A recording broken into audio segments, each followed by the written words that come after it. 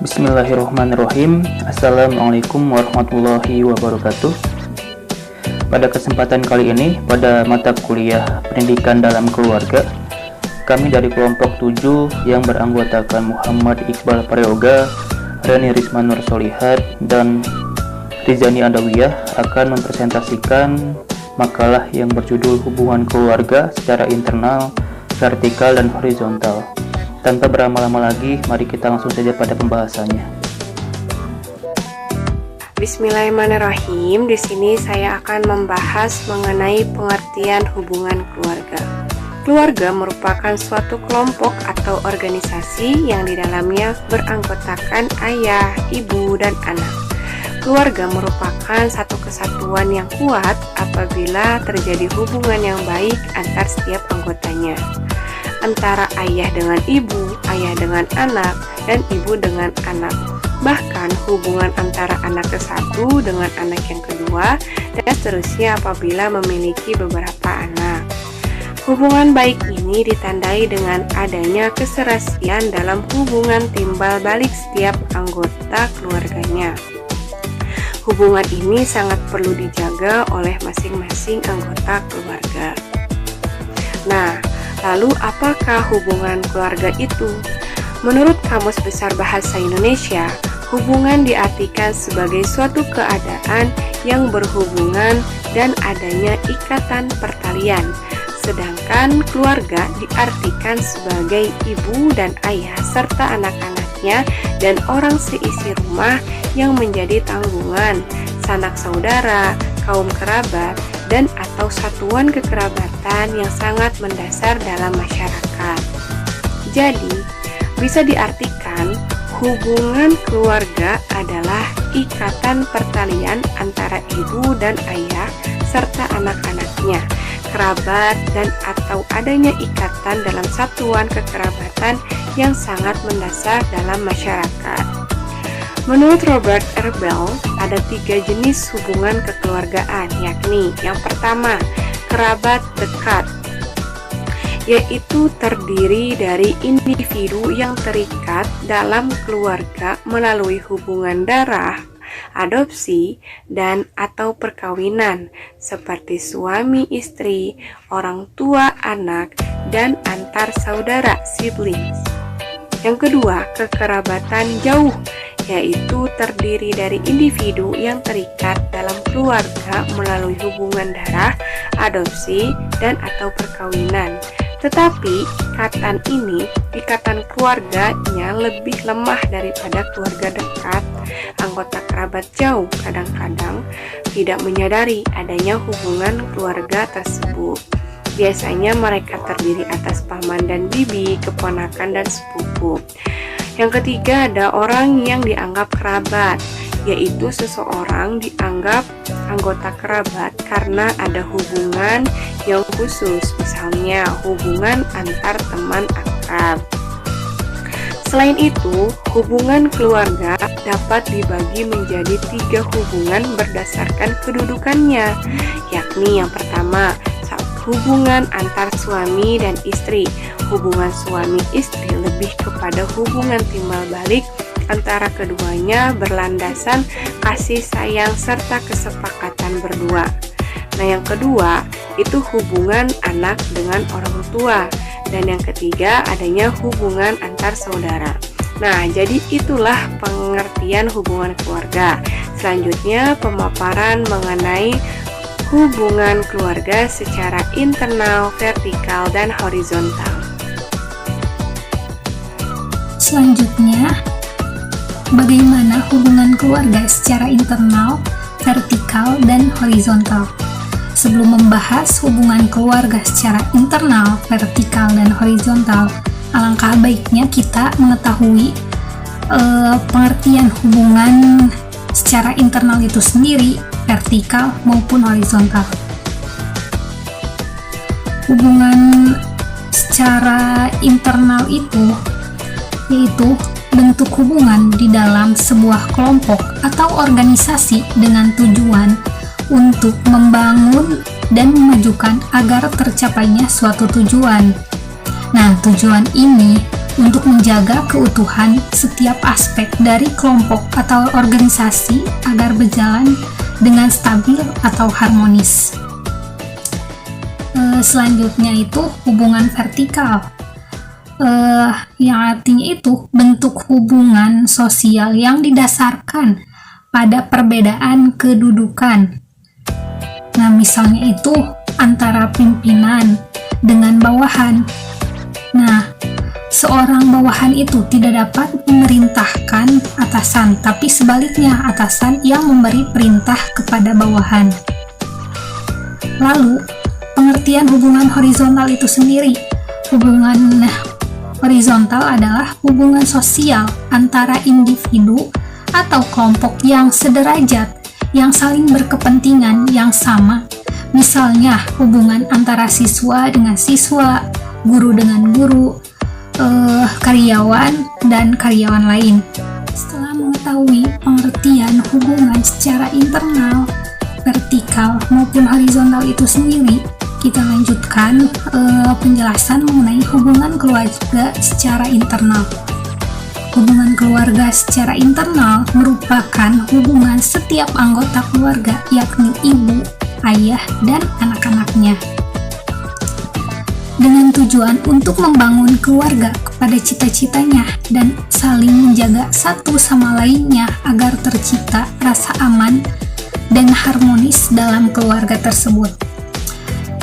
Dalam hubungan keluarga secara internal ini, yang perlu digarisbawahi itu lebih membicarakan tentang peranan masing-masing anggota keluarganya, seperti peranan suami terhadap istrinya, peranan istri terhadap suaminya, peranan orang tua terhadap anak-anaknya, maupun sebaliknya. Setelah memasuki pernikahan, tidak dapat dipungkiri lagi bahwa pasangan suami istri itu memiliki peranannya masing-masing. Contohnya itu, seorang suami memiliki peranan pada keluarganya, yaitu sebagai pemimpin dalam rumah tangganya. Begitupun istri, dia itu mempunyai peranannya, yakni sebagai pendamping dari suaminya. Apabila suami istri itu sudah dikaruniai anak, pasti anak tersebut mempunyai peranannya sendiri. Salah satu contohnya yaitu anak sebagai pewaris harta pusaka atau penerus keturunan. Yang kedua itu hubungan keluarga secara vertikal. Hubungan keluarga secara vertikal merupakan bentuk hubungan berbeda kedudukan di dalam keluarga. Contoh seperti hubungan orang tua terhadap anaknya dan hubungan anak terhadap orang tuanya. Nah, di sini yang perlu digarisbawahi itu dalam hubungan vertikal ini lebih membicarakan bagaimana sikap terhadap seorang yang berbeda kedudukannya. Nah, sehingga sepatutnya sang anak tidak bersikap semena-mena terhadap orang tuanya, yaitu harus memiliki sopan santun, lemah lembut, dan diharapkan sang anak bisa membuat orang tuanya merasa senang. Begitu pula sebaliknya. Selanjutnya, hubungan keluarga secara horizontal. Hubungan keluarga secara horizontal berarti hubungan sederajat di dalam keluarga. Contohnya itu seperti hubungan antar saudara, hubungan antara orang tua, dan lainnya. Hubungan antar saudara bisa dipengaruhi oleh jenis kelamin, umur, jumlah anggota keluarga, dan jarak kelahiran. Nah, kedekatan emosi, harapan akan adanya tanggung jawab saudara, dan konflik antara saudara dianggap sebagai faktor yang penting dalam interaksi antar mereka, menurut Lee Mancini dan Maxwell tahun 1990. Nah, menurutnya itu kedekatan emosi termasuk adanya rasa ingin berbagi pengalaman, kepercayaan, perhatian, dan perasaan senang dalam hubungan tersebut. Nah, jadi jelas ya, dalam hubungan keluarga secara horizontal itu, yang contohnya itu antar saudara, itu dipengaruhi oleh faktor gender dan emosi seperti itu. Jadi bisa kita bedakan ya antara hubungan keluarga secara internal, vertikal maupun horizontal itu. Yang tadi sudah dijelaskan sebelumnya, itu hubungan keluarga secara internal itu lebih membicarakan terhadap peranan setiap masing-masing anggota keluarganya. Kemudian hubungan keluarga secara vertikal itu lebih membicarakan bagaimana sikap terhadap seorang yang berbeda kedudukannya. Sedangkan hubungan keluarga secara horizontal itu yang tadi disebutkan itu dipengaruhi oleh gender. Setelah mendengarkan penjelasan hubungan keluarga secara umum, hubungan keluarga secara internal, vertikal, dan horizontal, sekarang kita akan membahas bagaimana hubungan keluarga menurut pandangan Islam. Terlepas dari beberapa definisi keluarga yang terdapat dalam berbagai literatur, Al-Quran juga mempunyai istilah-istilah tersendiri dalam menyebutkan atau menerangkan kata keluarga. Istilah-istilah tersebut itu diantaranya, yang pertama itu ada kata ahl. Menurut Al-Asfahani, ada dua macam ahl dalam Al-Quran. Pertama, ahl yang bersifat sempit atau yang disebut dengan ahl ar-rajul, yaitu keluarga yang senasab, seketurunan, atau yang berhubungan darah. Mereka biasa berkumpul dalam suatu tempat tinggal. Terus ada kata ahl al-bait dalam ayat tersebut. Di sini ayat yang dimaksud itulah dalam Quran surat Al-Ahzab ayat 33. Dalam ayat tersebut ditujukan kepada keluarga Nabi Muhammad. Ulama tafsir sepakat dengan penafsiran itu. Hanya saja mereka berbeda pendapat siapa yang termasuk keluarga Nabi Shallallahu Alaihi Wasallam. Nah, selain di dalam Quran surat Al-Ahzab ayat 33, kata ahl juga terdapat di dalam Quran surat Hud ayat 73. Nah, yang dimaksud ahl bait ini pada ayat ini itu adalah keluarga Nabi Ibrahim. Terus di dalam Quran surat Al-Qasas ayat 12, dalam ayat ini yang dimaksud ahl bait itu ditujukan kepada Nabi Musa alaihissalam. Terus ada di dalam Quran surat Hud ayat 46. Dalam ayat ini kata ahl itu bermakna luas, yang diartikan dalam ayat ini itu keluarga seagama. Nah, menurut penjelasan Quraisy Shihab, ia menjelaskan bahwa keturunan khususnya untuk para nabi dan rasul bukan hanya ditentukan oleh hubungan darah saja dan daging, tetapi oleh hubungan keteladanan dan amal baik. Terus yang kedua ada kurba. Secara etimologi, kurba berasal dari kata koroba yang berarti dekat. Oleh karena itu, secara umum kurba diartikan sebagai segala perantara atau jalan dalam rangka mendekatkan diri kepada Allah Subhanahu wa Ta'ala.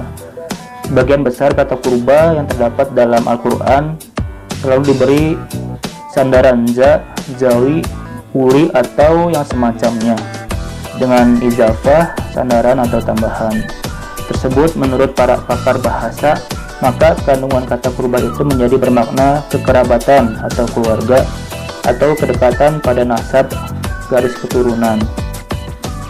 Di dalam Al-Quran, ayat kurba ini terdapat di dalam Quran surat Al-Baqarah ayat 83. Di sini kata kurba itu diartikan sebagai kerabat atau keluarga keturunan. Kata kurba juga bisa berarti tadi keluarga kerabat yang bersifat umum, yaitu menunjukkan pada seseorang yang masih ada hubungannya kerabat dengan ibu dan ayah. Nah, selanjutnya ada ashirah. Dalam surat Al-Mujadalah ayat 22, kata Asyirah dalam ayat ini berkaitan dengan pernyataan Tuhan bahwa orang yang beriman kepada Allah dan hari akhir tidak saling berkasih sayang dengan orang-orang yang menentang Allah dan Rasul-Nya, sekalipun orang-orang itu adalah nenek moyang, anak-anak, saudara-saudara, atau keluarga mereka. Nah, jadi pada dasarnya itu rasa kasih sayang itu ketika kelak nanti di akhirat itu tidak berdasarkan atas kekerabatan atau keluarga, melainkan atas ketakwaan kepada Allah Subhanahu wa taala. Terus yang keempat ada kata arham. Kata arham adalah bentuk jama dari kata rahim yang mempunyai arti peranakan atau sebuah wadah yang menampung sperma hingga tumbuh menjadi janin. Arham juga mempunyai akar kata yang sama dengan rahmah atau kasih sayang. Anggota tubuh tersebut disebut dengan rahim, karena hubungan yang disebabkan olehnya mengharuskan adanya sikap saling mengasihi, yaitu rahmah antara satu sama lainnya. Kata rahim di sini mengisyaratkan bahwa setingkat dengan ketulusan seorang ibu dan juga ayah yang mendampinginya dalam merawat anak, seorang anak seyogyanya memohon rahmat pada Tuhan bagi keduanya. Kata arham di dalam Quran ini terdapat di Quran surat Al-Ahzab ayat 6. Kata arham di sini itu diartikan sebagai yang mempunyai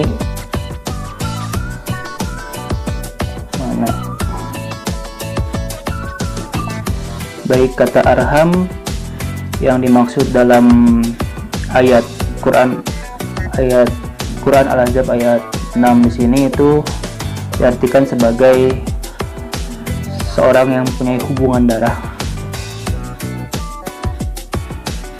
Kita lanjutkan. Nah, dari penjelasan istilah-istilah tersebut mengenai bahwa hubungan keluargaan yang terdapat di dalam Al-Quran di atas, dapat disimpulkan bahwa hubungan keluarga menurut Islam mengacu pada kelompok orang yang hidup bersama dalam ikatan rasa kasih sayang yang bersandarkan kepada ketaatan atau ketakwaan kepada Allah Subhanahu wa taala.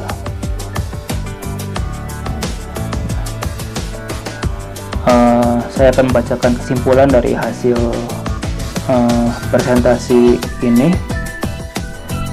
Hubungan keluarga merupakan ikatan pertalian antara ibu dan ayah serta anak-anaknya, kerabat, dan atau adanya ikatan dalam satuan kekerabatan yang sangat mendasar dalam masyarakat. Dalam keluarga terdapat hubungan secara internal, horizontal, dan vertikal. Hubungan keluarga secara internal merupakan hubungan setiap anggota keluarga seperti ibu, ayah, dan anak. Hubungan keluarga secara vertikal lebih membicarakan bagaimana sikap terhadap seorang yang berbeda kedudukannya di dalam keluarga, seperti hubungan orang tua terhadap anak dan hubungan anak terhadap orang tuanya. Hubungan keluarga secara horizontal berarti hubungan sederajat di dalam keluarga, seperti hubungan antar saudara. Hubungan antar saudara bisa dipengaruhi oleh jenis kelamin, umur, jumlah anggota keluarga, dan jarak kelahiran. Terus selain itu, menurut pandangan Islam juga menjelaskan hubungan keluarga sesuai terdapat dalam Al-Quran, bahwa hubungan keluarga mengacu pada kelompok orang yang hidup bersama dalam ikatan rasa kasih sayang yang bersandar pada ketaatan atau ketakwaan kepada Allah Subhanahu wa taala. Sehingga dengan adanya hubungan keluarga secara internal, horizontal, dan vertikal, ini bisa memahami peranan serta kedudukan masing-masing anggota keluarga untuk membangun keluarga yang harmonis. Untuk mencapai keluarga yang harmonis tersebut perlu adanya hubungan baik antara anggota keluarga